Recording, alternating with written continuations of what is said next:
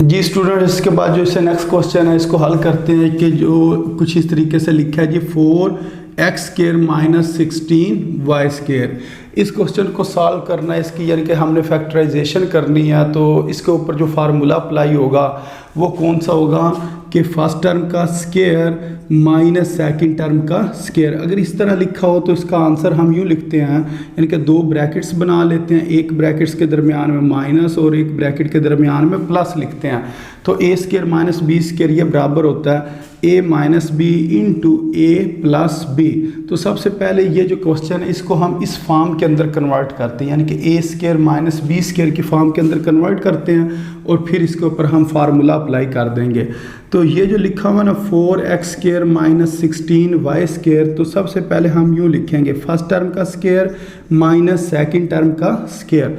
तो 4x² को हम लिख सकते हैं 2x का स्क्वायर, क्योंकि ये जो पावर 2 इस 2 के ऊपर आए 4 बन जाती है और इस x के ऊपर आए तो x² बन जाती है। इसी तरह 16y² है तो उसको लिखेंगे 4y ब्रैकेट लगाकर उसका स्क्वायर, क्योंकि 4 का स्क्वायर 16 के बराबर है और y का स्क्वायर इस तरह ही आ जाएगा, यानी कि 4y ब्रैकेट के बाहर अगर यहाँ ब्रैकेट के ऊपर 2 लिखा हो तो इसका मतलब होता है 16y²। तो अब ये फॉर्म बन गई a² - b²।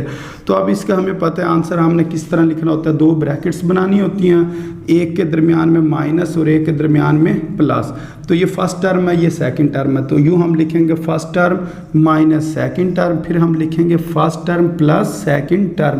तो ये हमने इसकी क्या फैक्टराइजेशन कर लिया। सिर्फ 3 स्टेप के अंदर या 2 स्टेप्स के अंदर ये क्वेश्चन जो है ना इसने सॉल्व हो जाना। तो सिर्फ आपको ये फार्मूला आना चाहिए, इस फार्मूले को आप अप्लाई करें, a² - b² वाली फॉर्म बनाए, फिर a - b into a + b की फॉर्म के अंदर आपने आंसर लिख देना है। तो फैक्टराइजेशन होती क्या है कि क्वेश्चन जो है ना वो प्लस या माइनस की फॉर्म में दिया होता है। जिस तरह ये आपको नज़र आ रही है क्वेश्चन प्लस या माइनस की फॉर्म में है, और जब आप फैक्टराइजेशन कर लेते हैं तो वो मल्टीप्लाई की फॉर्म में आ जाता है। ये ब्रैकेट और ये ब्रैकेट आपस में क्या हो रही है, मल्टीप्लाई हो रही हैं। तो हम ये कहेंगे कि हमने इसकी फैक्टराइजेशन कर लिया। तो उम्मीद है आपको इस सवाल की समझ आ गई होगी। जी स्टूडेंट्स, इसके बाद जो इससे नेक्स्ट क्वेश्चन है इसको सॉल्व करते हैं, जो कि क्वेश्चन नंबर 3 है। वो कुछ इस तरह लिखा है 9x² + 27x + 8। इसकी हमने फैक्टराइजेशन करनी है। तो इसके अंदर हम क्या करेंगे, फर्स्ट टर्म और लास्ट टर्म को मल्टीप्लाई करेंगे। मसलन ये जो 9x² लिखा हुआ है और ये 8, इसके साथ ही आपने प्लस को भी शामिल करना। इन दोनों को आप मल्टीप्लाई करें तो इसका आंसर आ जाएगा +72, यानी कि 9 को जब 8 से मल्टीप्लाई करेंगे तो 72 और साथ x² आ जाएगा। अब आपने 72 के फैक्टर बनाने हैं।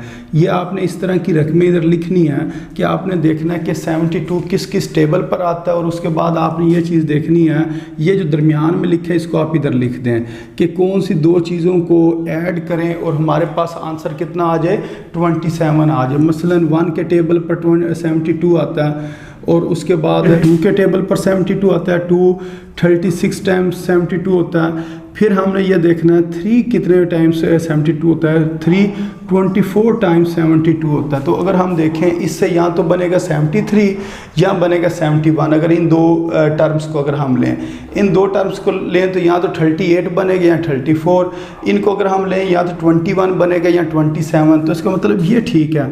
तो ये जो बड़ा ये जो साइन होता है इस जगह पर जो लिखा होता है इसको आपने बड़ी रकम के साथ लगाना होता है। अब ये आपने सोच के लिखनी होती है, इधर हम प्लस लिखें या माइनस लिखें। अगर माइनस लिखा तो ये 21 बन जाएगा, और अगर प्लस लिखा तो ये 27 बनेगा। तो इसका मतलब इस जगह पर क्या आना है, प्लस आना है। ये x लिखा हुआ है तो इधर भी आप x लिखते हैं और इधर भी x लिखते हैं। तो ये वाले जो फैक्टर है ये ठीक है। अब इस क्वेश्चन को एक दफ़ा हम दोबारा लिखते हैं, मसलन 9x² + 27x + 8। अब आपने क्या करना है कि 9x² को शुरू में लिखा और +8 को हमने आखिर में लिख लिया, और ये जो 27 है इसको हमने 2 हिस्सों में लिखना है। वो 2 हिस्से कौन से हैं, मसलन इसको हम लिखेंगे 3x और +24x, यानी कि 27x किसके बराबर है, 3x + 24x, ये जो भी हमने इसके फैक्टर बनाए हैं। अब आपने कॉमन लेना है पहली 2 टर्म में से। तो अगर हम इस जगह पर यूँ लिख लें कि 9 को लिख लें 3 × 3, साथ लिखें x² + 3x, और इसी तरह अगर 24 को देखें और 8 को देखें तो इसको हम यूँ लिखेंगे 3 × 8 और साथ x + 8। अब इन दोनों टर्म में से अगर हम कॉमन लेना चाहें तो हम ले सकते हैं 3x को कॉमन ले सकते हैं।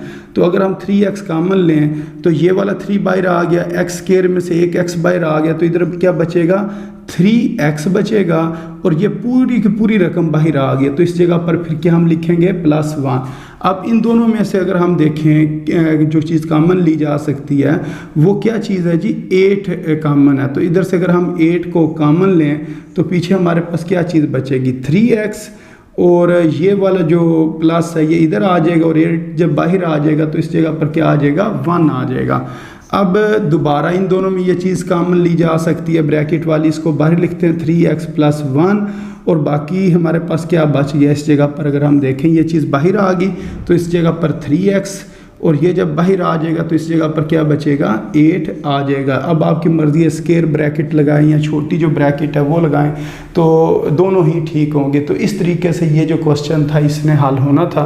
तो उम्मीद है आपको इस क्वेश्चन की भी समझ आ गई होगी।